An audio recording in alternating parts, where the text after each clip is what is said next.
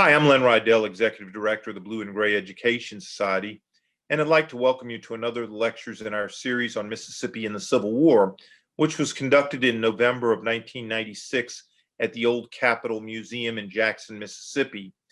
The purpose of this particular symposium was to recognize the various ways in which Mississippi had participated in the war and its impact on the war.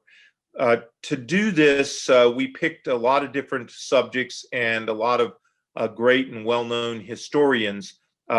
Perhaps the most popular one known at that time was the Park Service historian at Vicksburg, Terry Winschel.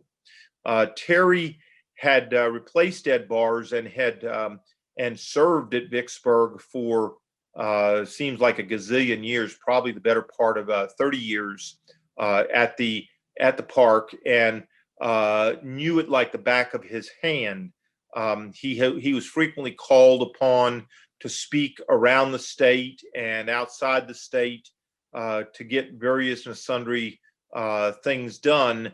And so you didn't really go to Vicksburg or do anything with Vicksburg if you didn't involve Terry Winschel. He wrote all the Blue and Gray magazine articles that Dave Roth in Blue and Gray magazine did on the Vicksburg campaign, 5 or 6 of them. So he became and still is the government's finest and most significant living historian on the campaign. When you put him in tandem with Parker Hills and then bring in Tim Smith, who is now focusing on the campaign, I think you have a really superb foundation of historical knowledge that has fully probed and opened the opportunities presented by the Vicksburg campaign and the Civil War Sites Advisory Commission report that talked glowingly about the interpretive potential of the campaign. I think Tim, Terry, and Parker have fully exploited that over the last 30 plus years, and we are much the better for it. In this particular lecture, we asked Terry to deal with Gettysburg, Mississippi at Gettysburg, and his topic is Furthest at Gettysburg. As a little bit of background to this, many of the people that were in the audience of this were responsible. They were very, very proud of Mississippi's role in the Army of Northern Virginia, as well as what they did in the West, and they sought to immortalize that even more than 150 years later. And so many of the insider people here in Jackson, who were lawyers and fairly well-to-do people with a great deal of financial abundance, got together, raised the funds, commissioned monumentation that would be installed at Gettysburg. I believe one is near the North Carolina Monument on Seminary Ridge, and I think another one was placed up near the Bryant Barn on Cemetery Hill or Cemetery Ridge. And the theme of this talk, and indeed the actions of the folks in Mississippi, reflect the pride the Mississippians have in their participation as combat soldiers in the war. Farthest at Gettysburg reflects the competition between the various Union units as to what they achieved on various and sundry battlefields. Gettysburg in particular was very, very controversial because of the ramifications of this being the high water mark of the Confederacy and so forth. And so where was the highest watermark of the Confederacy? Who placed their standards the furthest forward? And as the rock wall that defended the Union position structured itself around, there technically was a position 100 yards or so in the rear of the forward contact point where Pickett's men contacted at the wall. There was another area to Pickett's left where other troops, Mississippians and North Carolinians, vied to reach the wall there and to get within the Union lines around the Bryant barn, and so forth. And so farthest to Gettysburg means a lot to people from Mississippi, and they commemorated it with the monuments. How did they get monuments on the battlefield at this late stage? Well, does the name Thad Cochran mean anything to you? Or how about Trent Lott? Well, Mississippi's congressional delegation in the late 90s and early 21st century was extraordinarily powerful. Cochran was one of his tasks was he was in charge of appropriations, I believe, for the Department of Interior and battlefields and so forth, and is a longtime member of the Sons of Confederate Veterans. Cochran was very, very supportive of efforts to commemorate Mississippi operations.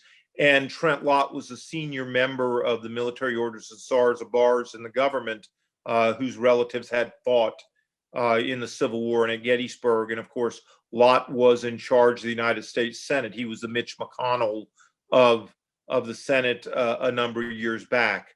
And there are more stories about that, which are interesting as well. But this particular talk deals with the controversies at Gettysburg. One will know of the 20th Maine, for example, over on Joshua Chamberlain's front. Huge controversy between the two political powerhouses, Chamberlain, governor of Maine, and William C. Oates, who became a politician, I believe a senator, perhaps also the governor of Alabama. Alabama trying to place their position markers within the lines of the 20th Maine, and having Chamberlain and the politicians reject that and force the Alabama monuments outside the 20th Maine's lines. They weren't willing to admit that their lines have been penetrated on the Union left. So all of this, here's Alabama furthest to Gettysburg, here's North Carolina furthest to Gettysburg, here's Virginia and all of her sons at Pickett's Charge, and now here's Mississippi in the area around the Bryant Barn, which ironically was owned and controlled by a free man of color who, realizing that the Confederates were re-enslaving blacks that they captured on the raid into Pennsylvania, fled the battlefield. Was not there at the time, but his barn endured and endures today as a monument on the battlefield. So Terry Winschel, just as fine a man as you'll ever want to meet. I think you will enjoy his very measured presentation, and certainly will learn a whole heck of a lot more about Mississippi being the furthest at Gettysburg. So sit back, relax, and enjoy Terry Winschel. Although honored by your kind invitation to be here this morning, I am more deeply honored by your presence, and I thank you for this opportunity to share our love of history with one another. As Len mentioned, my first 2 years in the National Park Service were spent at Gettysburg, and so I'm especially pleased today to be able to talk to you about Mississippi's involvement in Vicksburg of the East. The history of the Magnolia State contains no chapter more glorious than that which chronicles the selfless devotion to duty of the citizen soldier of Mississippi. Throughout the history of the Magnolia State, the servicemen and women of the Magnolia State have answered the call to duty with dignity and honor, regardless of the sacrifice. During the conflict, which raged from 1861 to 1865, soldiers from Mississippi demonstrated a constancy of bravery and courage that has seldom been equaled, never excelled. Their service, as one veteran wrote, is part and parcel of the heirloom that Mississippi handed down to her sons. The Army of Northern Virginia, commanded by its renowned leader, General Robert E. Lee, contained 11 regiments of infantry, 1 battery of artillery, and 1 battalion of cavalry from Mississippi. This brief study will focus on the infantrymen from the Magnolia State who participated in the Pennsylvania campaign, which culminated at Gettysburg. The 11 regiments were divided among 3 brigades, commanded by sons from Mississippi's more distinguished families, William Barksdale, Joseph Davis, and Conor Posey. The intrepid William Barksdale was an imposing figure. 41 years of age, he was a rather large man, weighing more than 200 pounds, and had long white hair. Born in Smyrna, Tennessee, on August 21st, 1821, Barksdale attended the University of Nashville and studied law in Columbus, Mississippi. Although trained in law, he pursued a career in journalism and edited the pro-slavery Columbus Democrat. Following service in the Mexican War, during which he was a staff officer in the 2nd Mississippi Infantry, Barksdale returned to the Magnolia State and became active in politics. In 1852, he was elected to the U.S. House of Representatives, where he quickly became a spokesman for Southern causes. An outspoken champion of states' rights, he fought as fiercely in Congress as he would later on the fields of battle. On January 12, 1861, shortly after Mississippi seceded from the Union, he resigned his congressional seat and took up the sword. Governor John J. Pettus, a fiery but much like Barksdale, moved quickly to organize the military forces of the state. In the newly established Army of Mississippi, William Barksdale was appointed Quartermaster General. Staff responsibilities, however, did not suit the temperamental Barksdale. According to one Mississippi soldier, the former congressman had a very thirst for battlefield glory. When President Jefferson Davis issued his first call for troops, Mississippi was asked to organize and hold 3,000 troops in readiness. Responding to the president's call, men flocked to the colors. On May 14, 1861, William Barksdale was elected colonel of the newly organized 13th Regiment of Mississippi Infantry. Colonel Barksdale led the regiment into battle at First Manassas, where he and his men distinguished themselves. On June 29, 1862, at Savage's Station, Brigade Commander Richard Griffin was mortally wounded, and Barksdale assumed the command. Promoted to Brigadier General in August, he led the Mississippi Brigade at Antietam, Fredericksburg, and in the Chancellorsville campaign. The campaign into Pennsylvania would be his last.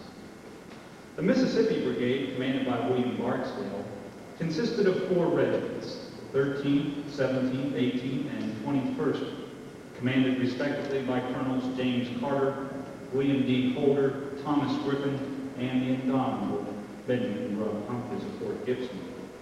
Barksdale's Mississippians were attached to Major General Lafayette McLaw's division of General James Longstreet's 1st Corps. The other 2 Mississippi brigades were in A.P. Hill's 3rd Corps. Joseph R. Davis, nephew of Confederate President Jefferson Davis, commanded the brigade in Major General Harry Heath's division. The 38-year-old brigadier had been born in Woodville, Mississippi on January 12, 1825. Growing up an only child, Davis enjoyed the advantage of being a member of one of the first families in Mississippi. He received an excellent education in Nashville and went on to graduate from Miami University in Oxford, Ohio.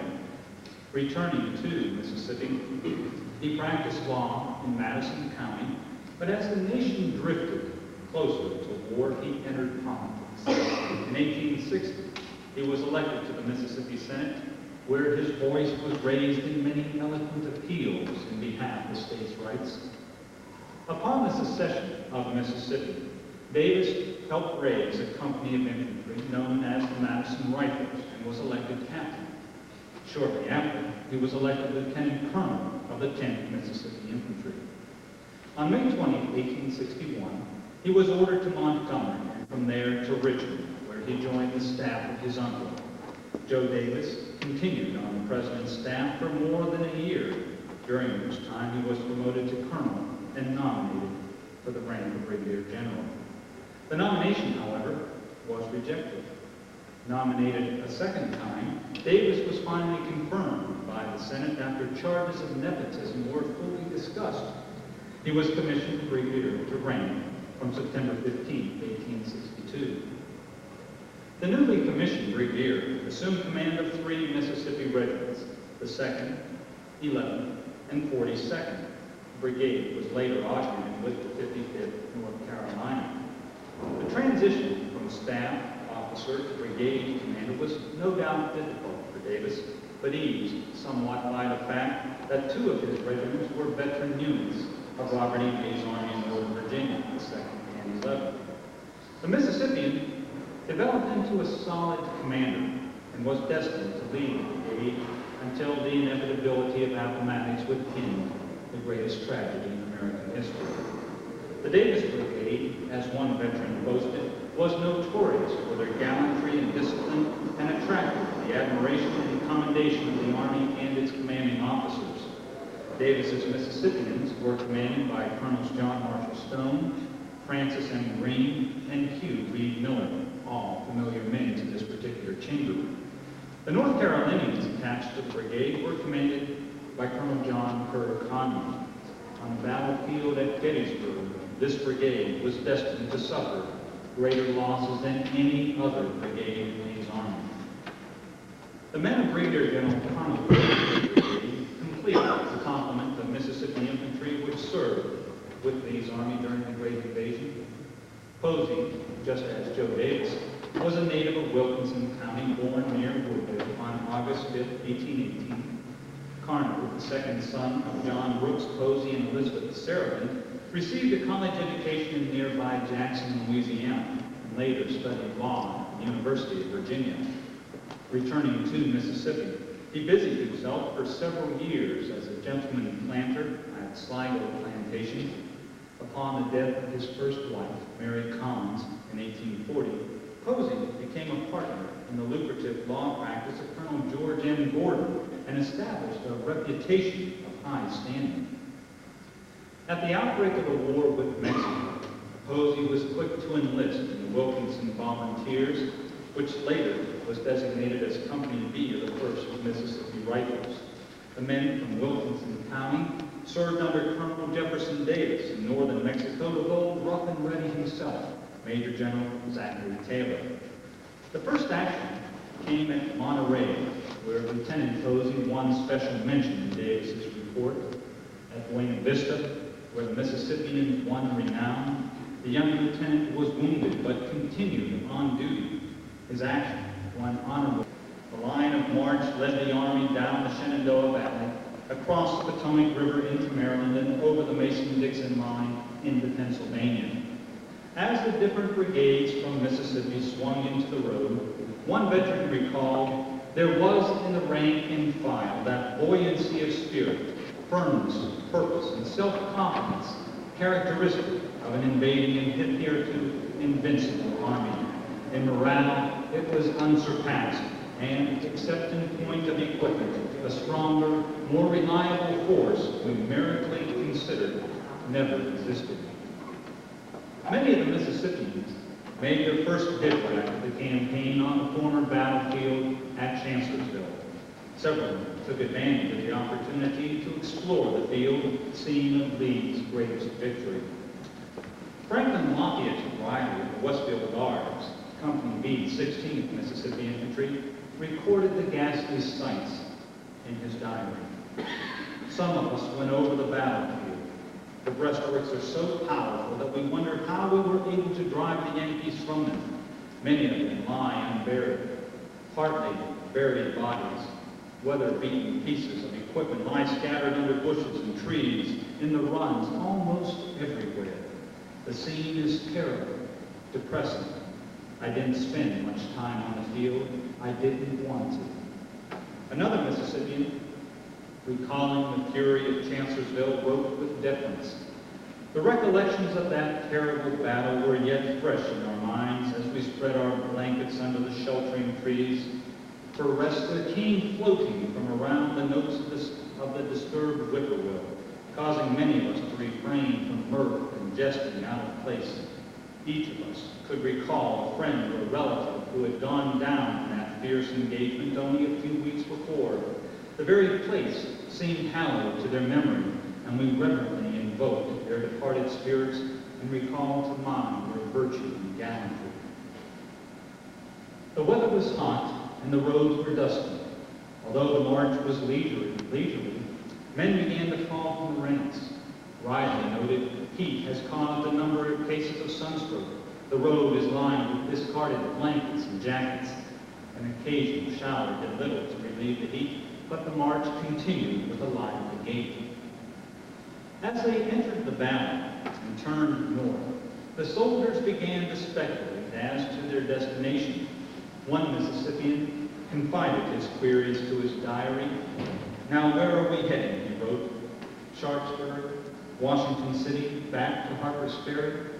He then commented, "Wherever we are going, we are covering a lot of territory." Days later, Frank Riley scribbled in his diary, "We have learned where we are headed.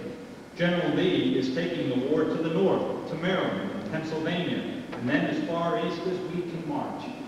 One soldier went so far as to write that we are on our way to Boston, in the middle of the enemy. J.J. Wilson of Posey's brigade also noted that the army was en route for Maryland or Pennsylvania, and predicted, if so, we will have a good deal of hard fighting. Regardless of where they were headed, it was clear to the men, as one soldier wrote, the summer campaign promises activity. Continuing down the valley, many of the Mississippians passed through Charlestown. James J. Kirkpatrick of the 16th Mississippi observed, "The roadside in many places was adorned by the fair ones, apparently glad to see the boys in gray." He boasted, "Our bands never fail to do their best to please the women." One soldier recalled that the men moved through town with our usual display, banners flying, bands playing, our arms at right shoulder shift.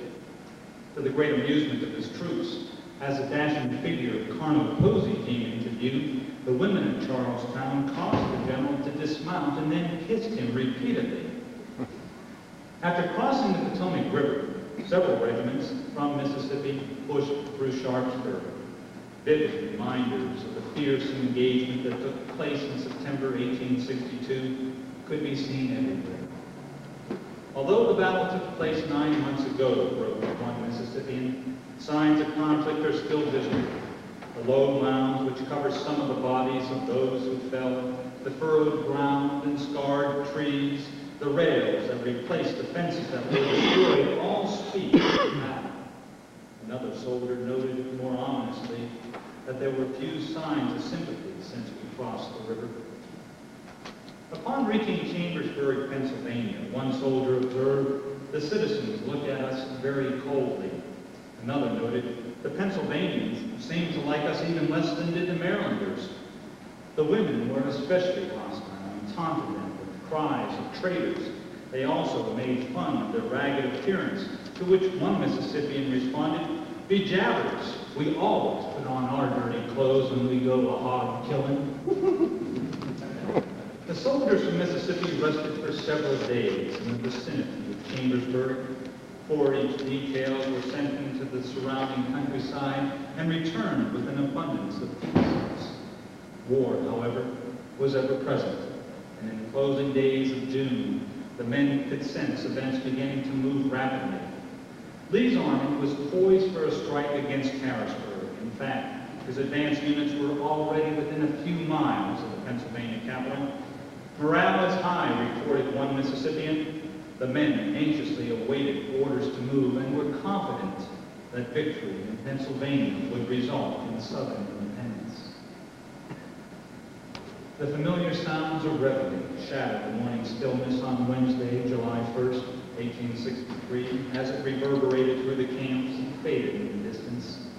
The men awoke, wet and sore, slowly rolled their blankets and kindled fires to prepare breakfast.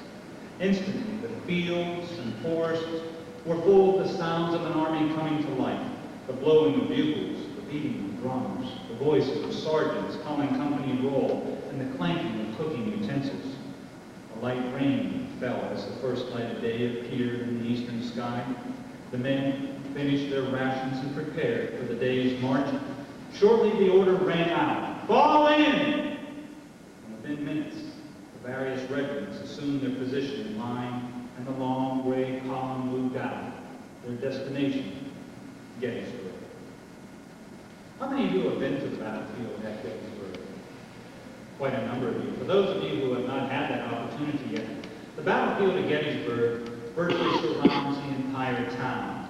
If this were the city of Gettysburg, the town of Gettysburg, a very small hamlet back in 1863, roughly 2,500 souls, the first day of battle of Gettysburg, the first of 3 days of battle, occurred north and west of town, action in which Davis's Mississippians would be severely engaged.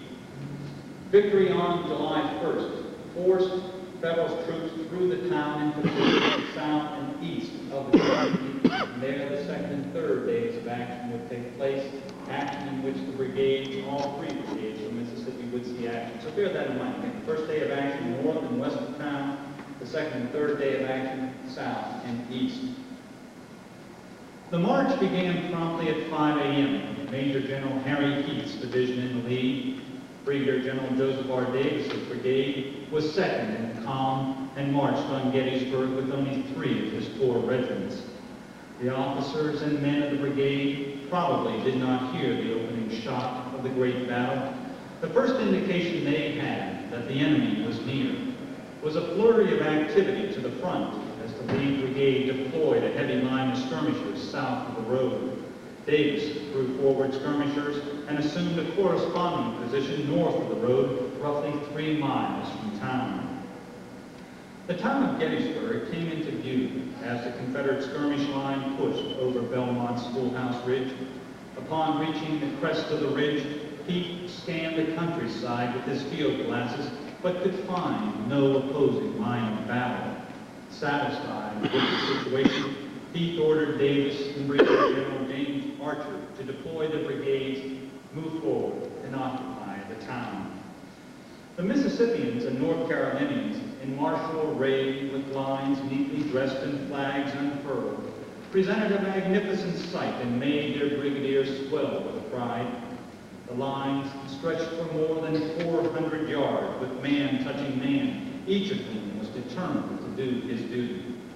The soldiers recalled one man in the ranks, realizing the magnitude of resistance, nerved themselves for the arduous task, and with the inimitable rebel yell, rushed forward.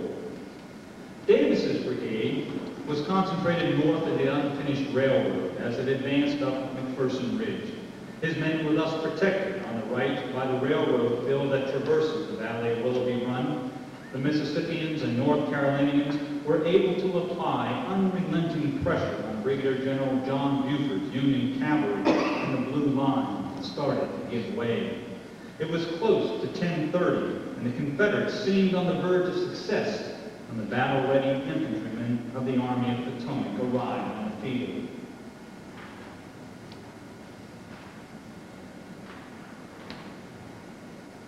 Here you see the Chambersburg Pike. From your left, which is west, town of Gettysburg, off to your right, just a short distance. As Davis's skirmishers neared the crest of West McPherson Ridge, their attention quickly focused on a long column of Union infantrymen crossing the Chambersburg Pike on the run. The advancing foe were the 3 regiments of Brigadier General Lysander Cutler's brigade, with the 76th New York in the lead, followed by the 56th Pennsylvania and the 147th New York. The skirmishers in gray immediately opened fire on the lead regiment as it deployed into line of battle and maintained a steady fire with telling effect.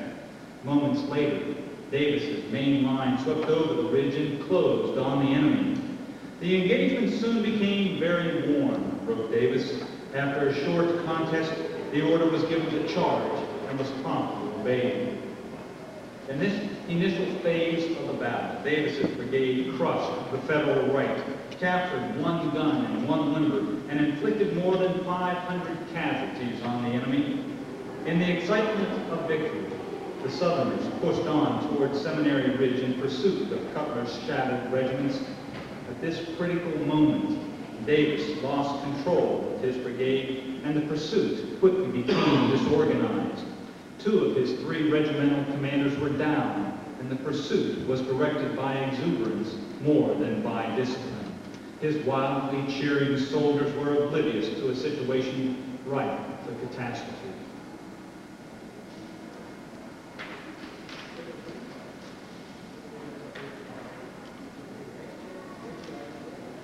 their vision clouded by victory as by the thick smoke of battle. Few of Davis's men saw the troops which fired the devastating volley which ripped unexpectedly into their ranks from the south. The sudden volley was fired by the 6th Wisconsin Infantry, which advanced on the double from the seminary to stem the tide of battle. Bewildered by the deadly fire, the Mississippians and North Carolinians raced for the protection of the railroad cut. Major John A. Blair of the 2nd Mississippi, ranking officer of the cut, attempted to bring order out of chaos in the cut. The Federals advanced inexorably, swept over the post and rail fence lining the pike and charged. The 6th Wisconsin was joined on its left by the 84th and 95th New York regiments in the attack on the cut. The 3 northern regiments suffered heavy casualties from Davis's fearfully destructive fire, but were at the edge of the cut in a matter of moments, shouting, "Throw down your muskets!" The Federals claimed 7 officers and 225 men as prisoners of war. One of the more stirring incidents in the Battle of Gettysburg occurred in the fierce engagement at the railroad cut as the 2nd Mississippi struggled to hold its valued colors. William B. Murphy, color bearer for the 2nd Mississippi, recalled the valiant charge of the 6th Wisconsin and the desperate struggle for the colors. "My color guards were all killed and wounded in less than 5 minutes," he wrote. "And also my colors were shot more than 12 times, and the flagstaff was hit and splintered 2 or 3 times. Murphy termed it one of the most deadly struggles that was ever witnessed during any battle during the war, and related how the enemy still kept rushing for my flag, and there were over a dozen shot down like sheep in the madly rush for the colors. As the enemy closed on the cut," Murphy recalled, "a large man made a rush for me and the flag. As I tore the flag from the staff, he took hold of me and the colors. The flag was lost." The battered survivors of Davis's brigade fled down West McPherson Ridge and back across Willoughby Run. In addition to those captured in the railroad cut, Davis left behind several hundred dead and wounded soldiers. The brigadier reported his losses as very heavy. He noted that the brigade maintained its position until every field officer save 2 was shot down and its ranks terribly thin. It was obvious to he that from its shattered condition it was not deemed advisable to bring it again into action that day. Davis's shattered regiments were kept on the north side of the Chambersburg pike to collect their stragglers and rest.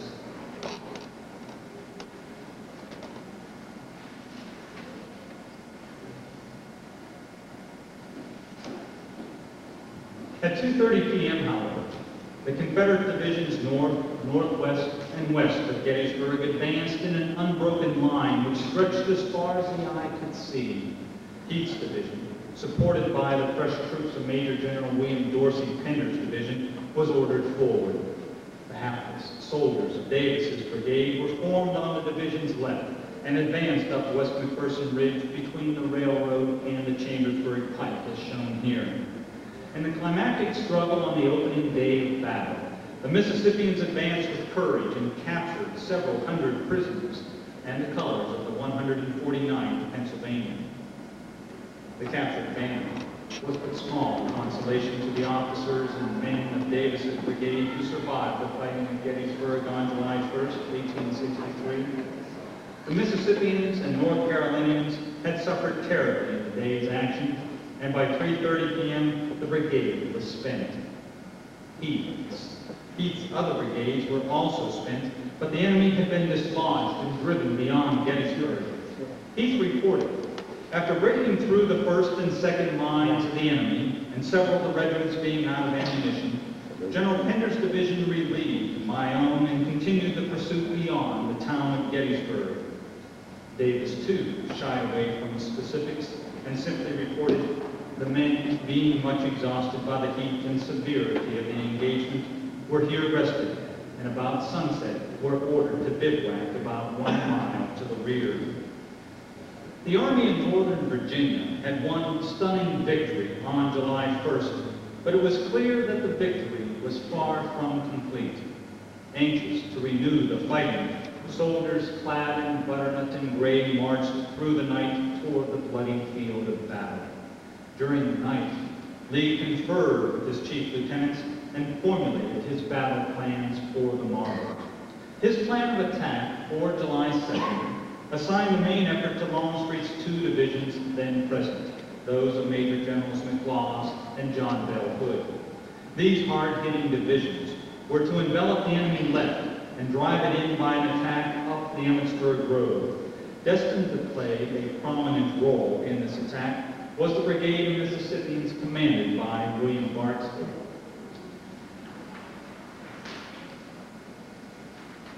So the scene of action has shifted from north and west of the town of Gettysburg now to the south and east. The plan of attack on July 2nd is to scoot around the federal flank and roll it up like a wet blanket. In this attack would be the brigade of William Barksdale's Mississippians. The veterans of Barksdale's brigade had bedded down near Marsh Creek at midnight. These Mississippians reached the front between 9 and 10 o'clock on July 2nd and rested near the seminary buildings much of the morning.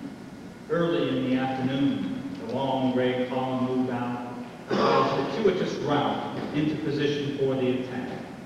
The head of the gray column emerged from the woods on Seminary Ridge at 3 o'clock and quickly swung into line of battle. On the Confederate right, Hood unleashed his 4 brigades, which crashed into the Federals on Little Round Top, in Devil's Den, and in the wheat field. The fighting which resulted was some of the most bitter yet celebrated of the war. Men of both sides fell in large numbers as the struggle raged unabated for hours. The Mississippians with McLaw's division waited impatiently for their turn to strike. The wait was made unbearable as shot and shell from Union batteries near the peach orchard crashed through the trees and fell among the men. The brigade, however, bore the fire unflinchingly. One soldier recalled that to relieve the tedium, some strolled down to the little stream in their rear where canteens were filled. Others crossed over and broke off great branches from the numerous cherry trees which were in full bearing. The long wait was near an end. Barksdale paced back and forth as a caged lion. His initial request to McLaws for permission to seize the battery in his front had been denied. When Longstreet rode up, the impetuous brigadier seized the opportunity and asked his permission to move forward. "I wish you would let me go in, General," said Barksdale. "I would take that battery in 5 minutes." Longstreet replied, "Wait a minute. We are all going in presently." Barksdale called his regimental commanders together and detailed their orders. In parting, he emphasized, "The line before you must be broken. To do so, let every officer and man animate his comrades by his personal presence in the front line." The supreme moment was at hand. Barksdale mounted his charger and rode rapidly along the rear of his line. Regimental officers on foot scurried to the front and called their men to attention. Drums beat assembly, and every man in the brigade knew our turn had come at last. The brigade formed line of battle, with the 21st on the right, then the 17th, next came the 13th, and the 18th on the left. Barksdale passed around the front of his line, rode across the front, and halted in front of the 13th, his old regiment. Soon, Captain G.B. Lamar, Jr., aide-de-camp to McLaws, arrived with orders to advance. Barksdale's face was radiant with joy upon receipt of the order, wrote Lamar. He continued. He was in front of his brigade, hat off, and his long white hair reminded me of the white plume in the bar. William Barksdale addressed his men for the final time. "Attention, Mississippians, battalions, forward!" he shouted, then turned toward the enemy and led his men to glory. Longstreet watched as the Mississippi Brigade was ordered to dress on the color and forward to the foe. The commands were echoed down the line, and the Mississippians swept forward in what has since been known as the grandest charge that was ever seen by mortal man. With glorious bearing, Barksdale sprang to his work. Lamar wrote to the gallant brigadier, I saw him as far as the eye could follow, still ahead of his men, leading them on. George Clark of Alabama also watched, as Barksdale threw forward his Mississippians in an unbroken line, in the most magnificent charge I witnessed during the war, and led by the gallant Barksdale, who seemed to be 50 yards in front of his brave boys. Clark wrote, "The scene was grand beyond description." The brigade, 1,400 strong, raised the rebel yell as it stepped from Seminary Ridge. Advancing through orchards and fields, the Mississippians swept forward irresistibly. Union artillery tore gaps in the gray lines, which were immediately filled. One Northerner recalled, "Nothing we could do seemed to confuse or halt Barksdale's veterans. Nothing daunted Barksdale and his men. They just came on and on and on." The Mississippians maintained a tightly closed and compact line with a front of 350 yards. They approached the Emmitsburg Road between the Sherfy buildings on the left and the peach orchard on the right. As they neared the road, Barksdale's men let loose a crashing volley of musketry and closed on the enemy. In a matter of moments, the hard-hitting soldiers from Mississippi, overwhelmed with the Pennsylvanians defending the road, drove them from their position and crushed the salient at the peach orchard. Barksdale's men captured scores of prisoners, including Brigadier General Charles Graham, whose brigade defended the salient.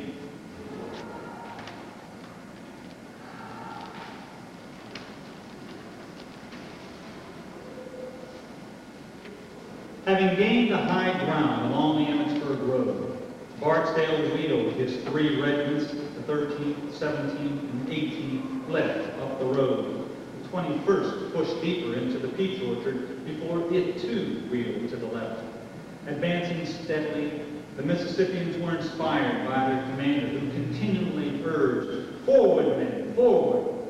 They slammed into the 114th, remaining near the Sherfy house, and drove the brightly clad Zouaves before them.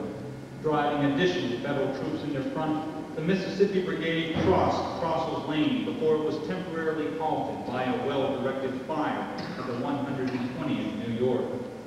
The Mississippians had thus far suffered heavy casualties in the advance from Seminary Ridge and along the Emmitsburg Road.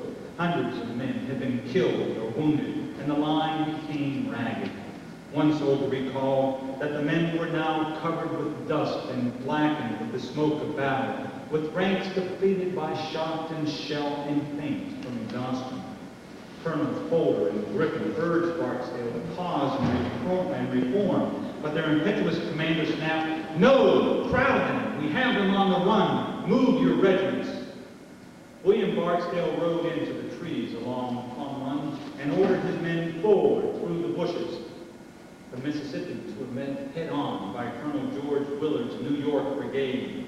The fresh Union troops slammed into the Mississippians with a murderous fire, and at the point of bayonet, the New Yorkers drove Barksdale's men back. Joseph C. Lloyd of the 13th Mississippi heard General Barksdale make a sound and saw men rush to him. The mortally wounded commander of the Mississippi Brigade was taken from his horse and started off the field. In the confusion of retreat, Barksdale was placed on the ground and left, presumably dead. Lloyd had also been wounded. As he started to the rear, he heard a weak hail to my right, and turning to it, find General Barksdale. The wounded private reached for his canteen to give the general a drink of water, but was disappointed to find that a ball had gone through it and had let out all the water. At Barksdale's insistence, Lloyd reluctantly left him, but promised to send the litter bearers. The private continued to the rear with the firm belief that I was the last man on that part of the field and the last man that saw General Barksdale alive. The remnants of Barksdale's gallant brigade, now under the command of Colonel Humphreys, fell back in the gathering twilight to the peach orchard, and there bedded down for the night. A glance sufficed to realize the terrible loss the brigade had suffered in just 2 hours of combat. The Mississippians lost not only the intrepid Barksdale, but a catastrophic number of regimental officers and enlisted men. Included among the fallen warriors was Captain Isaac Davis Stamps of Company E, 21st Mississippi, a nephew of Confederate President Jefferson Davis. A total of 747 men of the brigade were casualties at Gettysburg, approximately 50% of the men who on the afternoon of July 2nd stepped so lively from Seminary Ridge with expectations of victory.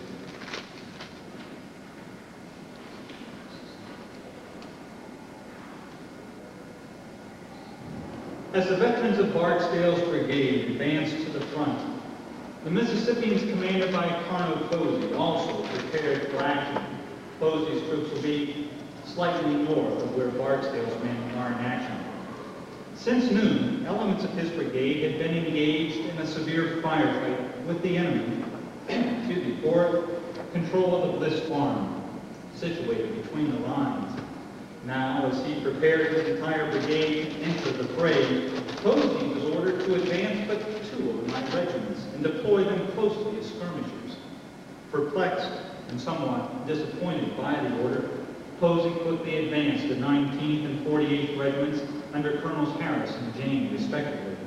The Mississippians advanced at the double quick, about 250 paces, through a wheat field to a post and rail fence where members of the brigade manned the skirmish line. There, a tense half hour passed as the men waited for support to appear on their right. Suddenly, the Georgia Brigade, commanded by Brigadier General Ambrose Wright, advanced from Seminary Ridge with steady cadence and came alongside the Mississippians. Without hesitation, Harris shouted to his men in a clear, sharp voice the command, "Forward!" He later reported, "I again gave the order to advance, pushing forward my line and driving the enemy from his position in the orchard and capturing some prisoners at the barn." Brushing aside the enemy, the Mississippians quickly established themselves as masters of the Bliss Farm.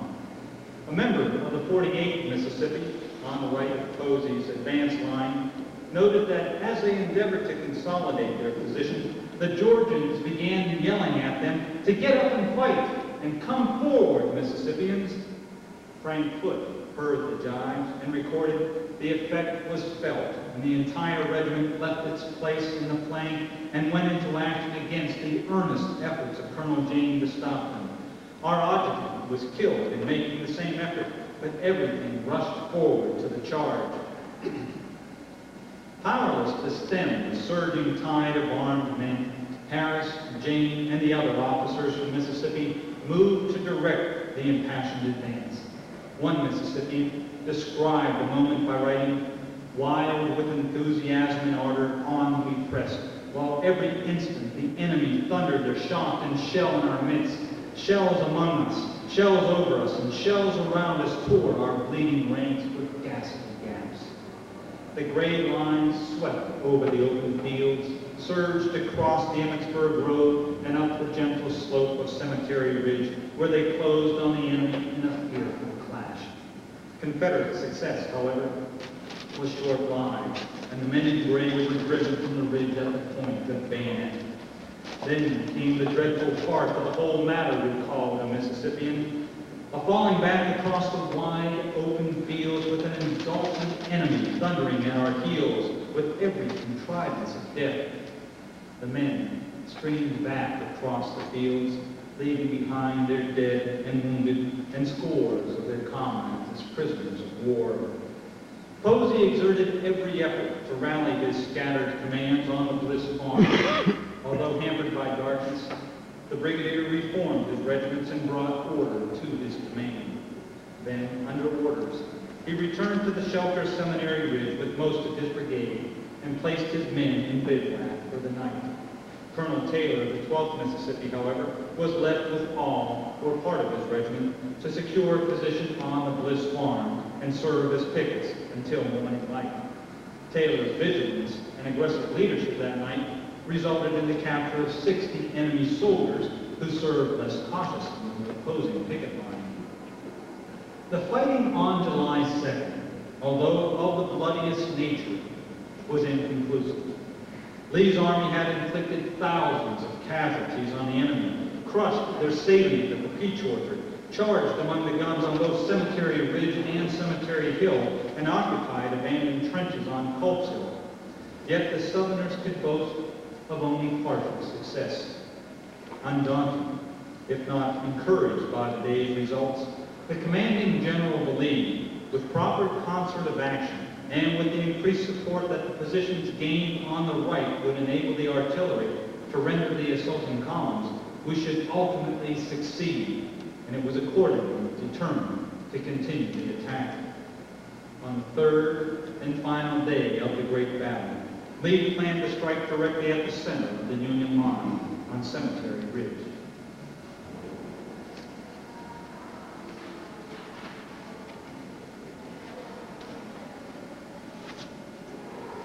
Friday morning, July 3rd, dawned bright and clear, but quickly became steamy and hot. The Mississippians on the Bliss Farm commenced flying their small arms as soon as it was light enough to discern the Federals on Cemetery Ridge. A member of the 16th Mississippi commented that his comrades shot lazily and attributed the rate of fire to the sun being so warm. Their fire, however, was accurate. A Union soldier crouched behind the stone wall near the drying barn wrote that the men of his regiment were annoyed by Posey's sharpshooters who were continually dropping shot in among us. The Mississippians had become such a nuisance that by 7:30 a.m., several companies of the 12th New Jersey were ordered to clear the troublesome sharpshooters from the Bliss barn. The Federals quickly seized the house and barn, and in so doing, netted one major and 4 enlisted men as prisoners. Having accomplished their mission, the Federals withdrew to their lines, whereupon Posey's combative Mississippians immediately reoccupied the buildings and made the enemy suffer for their temerity. On Cemetery Ridge, Alexander Gage reported that the Confederates appeared more pertinacious in their assault. The fiery Hayes deemed the situation insufferable, and with rage ordered the men of the 14th Connecticut, who were spoiling for a fight, to capture the buildings to stay. The Northerners swept over the field with firm resolve, and by sheer determination moved to clear Posey's troublesome men from the farm. Seeing the Federals advance on the run, the Mississippians looked frantically for support, but with no support coming from either the troops in Long Lane or those on Seminary Ridge, the Mississippians hastily withdrew from the Bliss farm and abandoned it to the enemy. Realizing the futility of holding the farm buildings, the Federals applied the torch, then withdrew to Cemetery Ridge. The house and barn were smoldering ruins by 10:30 a.m., and the log enveloped the field. Although battle would again erupt in fury that afternoon, Posey's men saw no further action, but remained immovable, according to orders, wrote one veteran.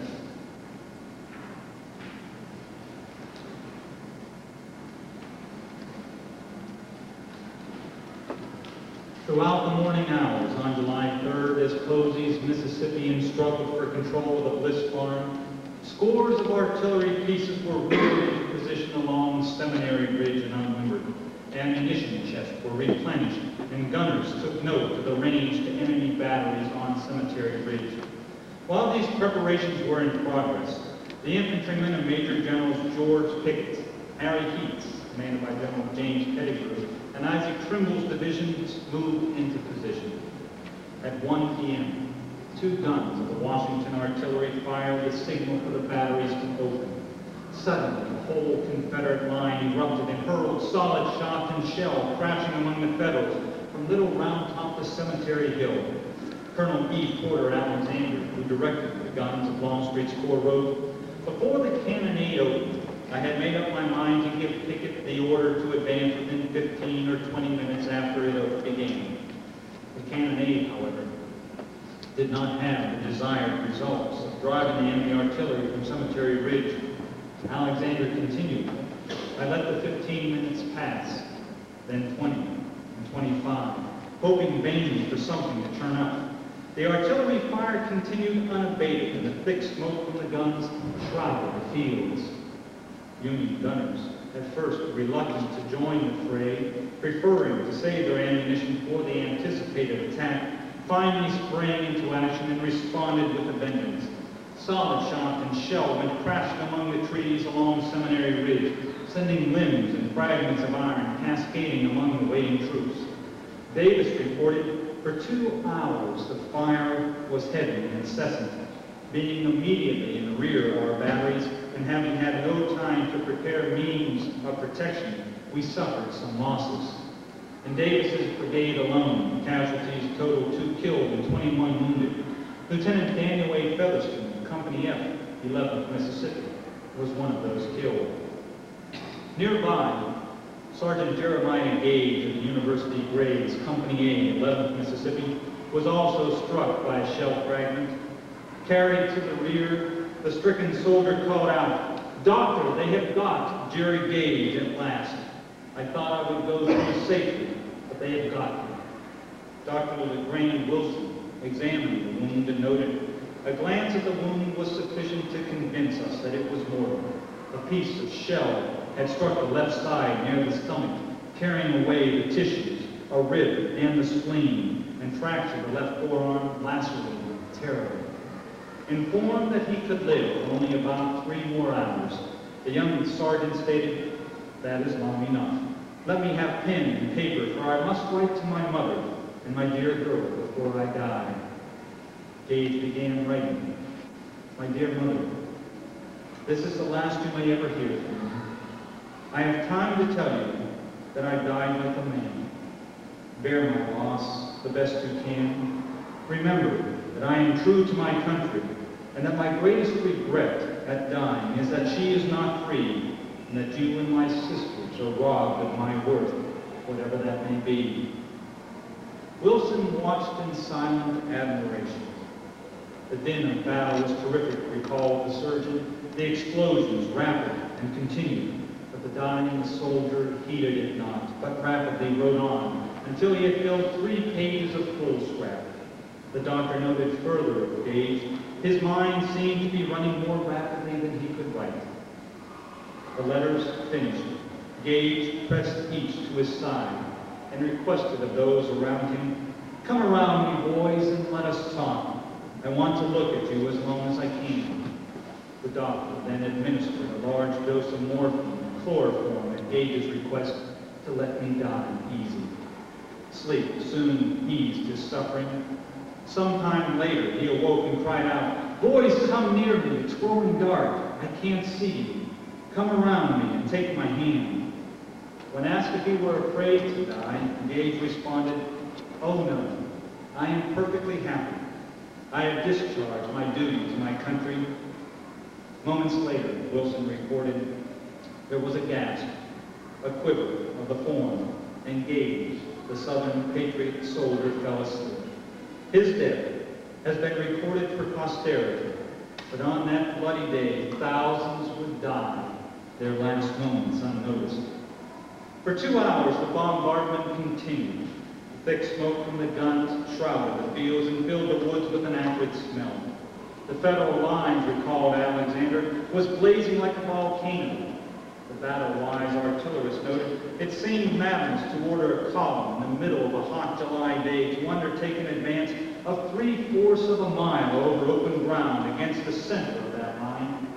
Suddenly, the enemy fire slackened and several pieces of artillery were limbered up and retired. Alexander immediately scribbled a note to Pickett. "For God's sake, come quickly," he implored the Virginian. "Come quick, or my ammunition will not let me support you properly." Within minutes, the clarion call of bugles echoed through the woods as commands rang down the lines. Thousands of soldiers sprang to attention, shouldered their weapons, and dressed on the colors. Officers unsheathed their swords, and many addressed the troops with words of inspiration. Pettigrew's division emerged from the woods with banners flying, and a long gray line swept forward in magnificent array. The cannoneers ceased firing and cheered the infantrymen as they advanced beyond the guns. Across the way on Cemetery Ridge, Corporal Christopher Meade of the 12th New Jersey noted, "They made a splendid appearance with their colors flying in the breeze." The spectacle was magnificent, wrote Major Theodore Ellis of the 14th Connecticut. "They advanced in perfect order." Lieutenant Frank Haskell a staff officer in the 2nd Union Army Corps, succinctly described the spectacle as being grim, irresistible, yet magnificent in the extreme. The lines advanced across the fields in perfect cadence. Awed by the sight, Union gunners did not hinder the advance at first.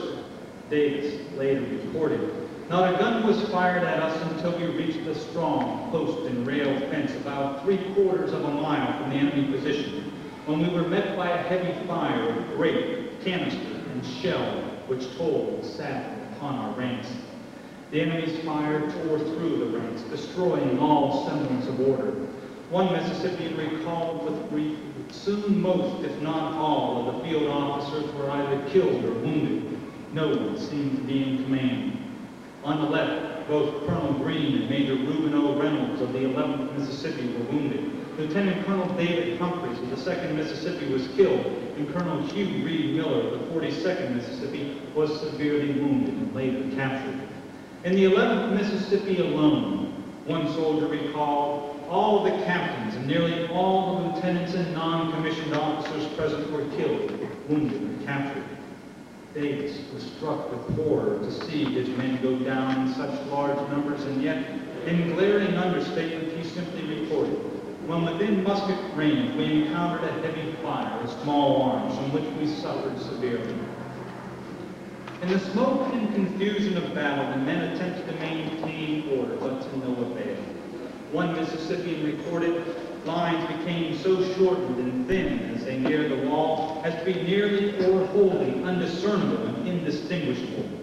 In the smoke, and even nearby, and much more so at a distance, the men advanced singly in small groups toward the wall. Many of the men were in small clusters around a flag or a junior officer. A member of the brigade declared it had become a soldier's battle in which the Southerners' watchword, the grave of a hero or victory, was being gloriously exemplified.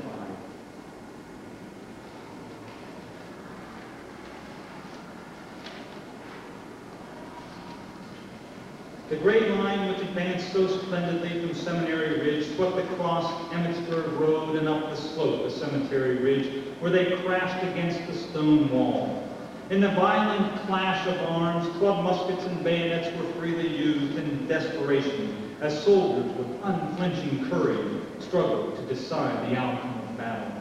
Davis witnessed the climactic moments and reported that as his men neared the wall, they were subjected to a most scathing fire of musketry and artillery that so reduced the already thin ranks that any further effort to carry the position was hopeless, and there was nothing left but to retire to the position originally held, which was done in more or less confusion. The angel of death alone can produce such a field as was presented, wrote Brigadier General Alexander Hayes, 2nd Corps, Army of the Potomac, whose troops had checked Davis's men. Captain George Bowen, the 12th New Jersey, recalled, the field of battle was a sight never to be forgotten. The dead and wounded lay as thick as one ever saw sheaves of wheat in a harvest field, for a distance of 100 yards or more in front and as far to the right and left as the eye can reach. He noted, perhaps in sympathy, of the thousands that started that day, very few ever returned. Confederate casualties were appalling. Thousands of men were killed or wounded and left upon the field as the remnants of pickets, Pettigrews, and Trimbers command sought shelter on Seminary Ridge. As the survivors of his shattered regiments regrouped west of Seminary Ridge, Davis scanned his losses and wept. The brigadier reported the loss of all his field officers. Even among his junior officers, losses were staggering. Coupled with his casualties on July 1st, Davis's brigade suffered greater losses than any other Confederate brigade at Gettysburg. Officially, those losses were placed at 57%. But if you take a look at the returns of the regiments filed after the Battle of Gettysburg, a more accurate assessment would list their losses at 84%. Confederate losses at Gettysburg were frightful, as they exceeded 28,000 men killed, wounded, or missing, and with the repulse of his legions on July 3rd, Lee's army had been dealt a crippling blow. After 3 days of brutal, punishing combat, it was clear that further attack would be useless. The time had come for the Army of Northern Virginia to pull back across the Potomac River. The great invasion had failed. On Saturday evening, July 4th, the long gray columns began their withdrawal from Gettysburg. In a torrential rain, the weary soldiers from Mississippi took up the line of march and headed toward the Potomac River. John Berryman Crawford of the 16th Mississippi wrote his wife Martha several days after the battle, "We have had a hard fight in Pennsylvania." Frank Riley, also of the 16th Mississippi, was more candid as he has recorded in his diary, "We didn't win this battle." Perhaps Frank Foote of the 48th Mississippi most clearly stated the reason for their defeat as he wrote, "In the onset of this march, we were graced by a consciousness of superior valor and a contempt for our foe, which in the end proved our ruin." As the army headed south, Reverend Thomas Dwight Witherspoon of the 42nd Mississippi expressed the universal feeling of the soldiers from Mississippi as he wrote upon painful reflection, "It was sad to bury our brave men in that hostile land." Lee's army spent an anxious week in the vicinity of Hagerstown and Williamsport, Maryland, waiting for the swollen river to subside. Tension rose as the Union Army arrived in their front, and the Mississippians recognized some indications of another battle being at hand. Heavy skirmishing and cannonading were heard at points along the line, but the army was not disturbed. Frank Riley of Posey's brigade simply noted, "Slapping mosquitoes, we remained on watch in our works." A pontoon bridge was finally thrown across the river at Falling Waters, and the army made good its escape on July 14. Thus ended a most stirring campaign, wrote one Mississippian, and the strains of "Carry Me Back to Old Virginia" had more inspiration to us than those of "Maryland, My Maryland," to the tune of which we forded the Potomac River on the onward march of invasion. The soldiers from Mississippi had at Gettysburg crowned themselves with glory, a glory that cost her bravest and most noble sons, but their actions and sacrifice during the Pennsylvania campaign are truly part and parcel of the heirloom that Mississippi handed down to her sons. Thank you very much.